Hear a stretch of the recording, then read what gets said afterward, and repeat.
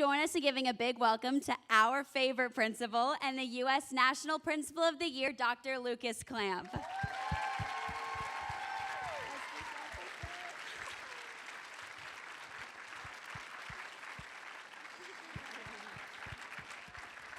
Ladies and gentlemen, help me in thanking these students again. I've got an amazing opportunity to work with students like this each and every day, and so proud of them.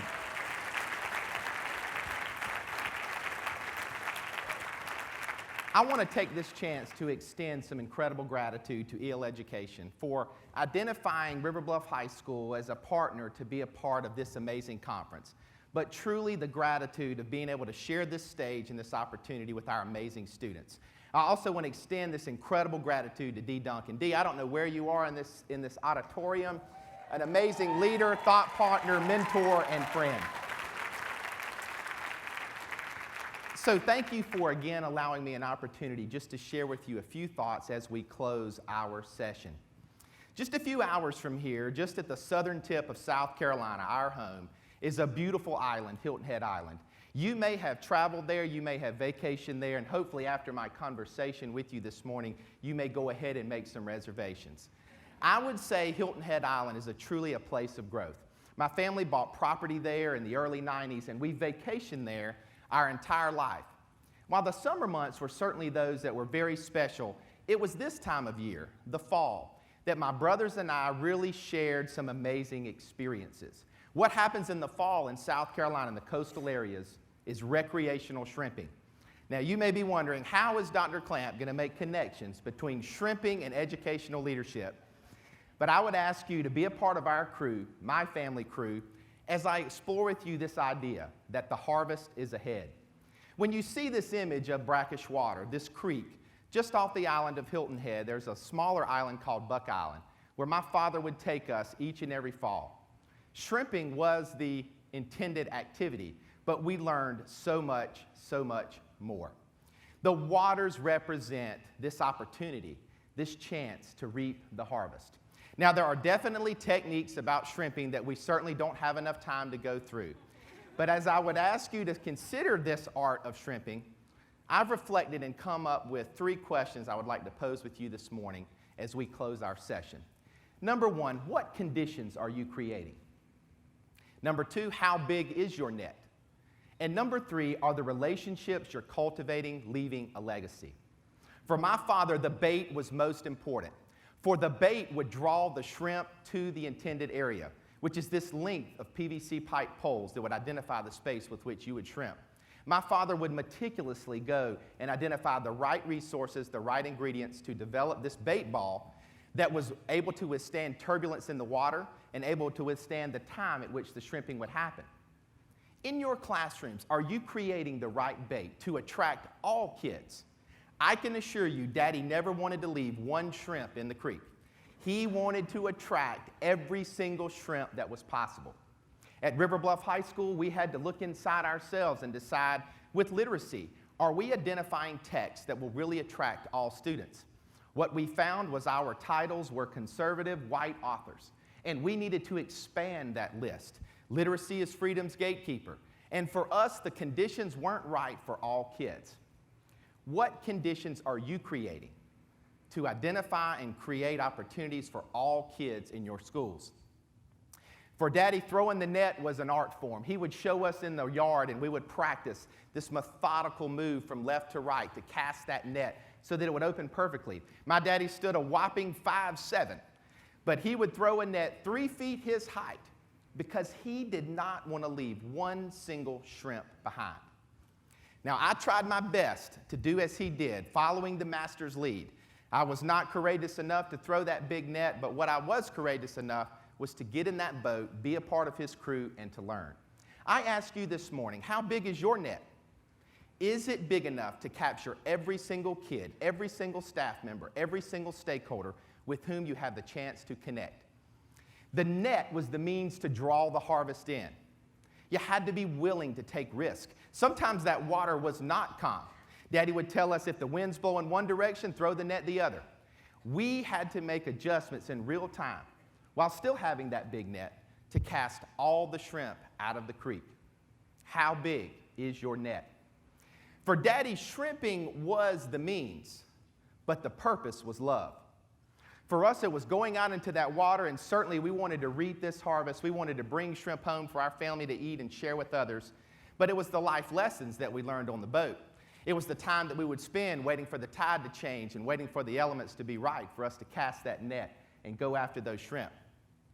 I ask you, what relationships are you cultivating? For us, we have begun to have dialogue with students like never before, having conversations about equity where we attempt to disrupt privilege so that all of our students at River Bluff High School can succeed.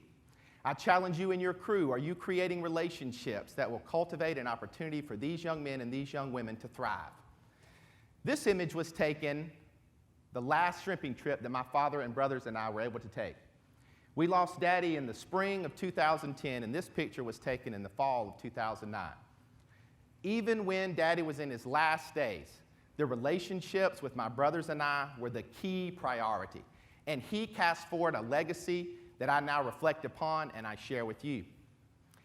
Grant was a student that came to our school in the 9th grade, having not attended formal public education since the 1st grade. This image at the bottom is a picture of he and my wife and I, his 1st grade teacher. Grant was a student with a disability, and Grant's parents wanted to try to find and create for him a safe culture as he grew.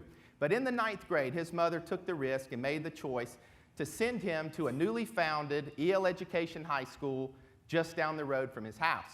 I can assure you they were anxious, as were we, in being sure that we had created the right conditions, that we had cast the net wide enough for him, and we developed a relationship. What we learned early on about Grant was he loved athletics, but he wasn't an athlete.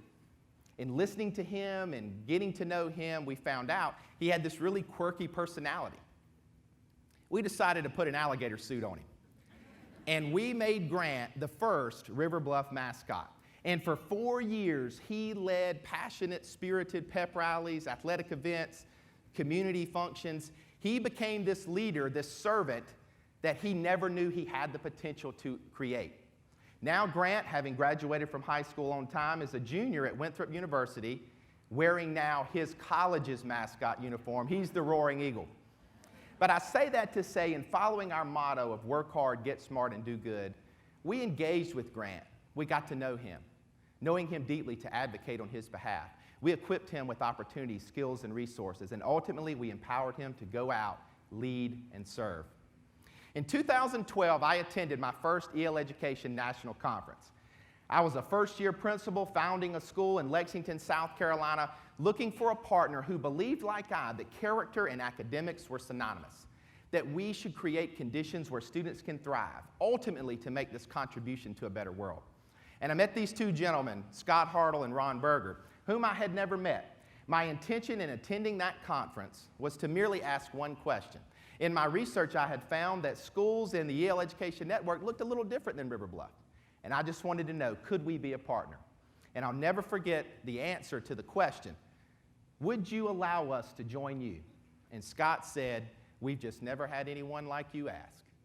And that vote of confidence gave us the motivation and the intention to lead and serve and be a part of this amazing network. And I extend gratitude to you for allowing us to learn and grow and share in this opportunity today. It was a dream I had then in 2012 to create conditions where students felt confident to be on a stage and where leadership mattered and ultimately where we could make contributions to a better world. I tell you, the harvest is ready. The harvest is ahead. My brothers and I, this is my twin brother Lynn, we went back to that same water right off of Buck Island the fall after Daddy passed away. We modeled his every move, creating the bait, casting the net that he cast, with this idea of using that relationship time to bring forth the harvest. ELNC, the harvest is ahead. And I would say to you, as you reflect on this image, that the sunset often resembles an end to the day, but not on the water. On the water, the sunset marks a beginning. The sunset sets the fisherman, sets the shrimper to action. And I would challenge you this morning, do not let the sun set on this day without you taking the learning and the passion that you've gained from this conference and others to go out and create the right conditions, to identify and cast that right net, in developing relationships to allow students and leaders to contribute to a better world. Thank you.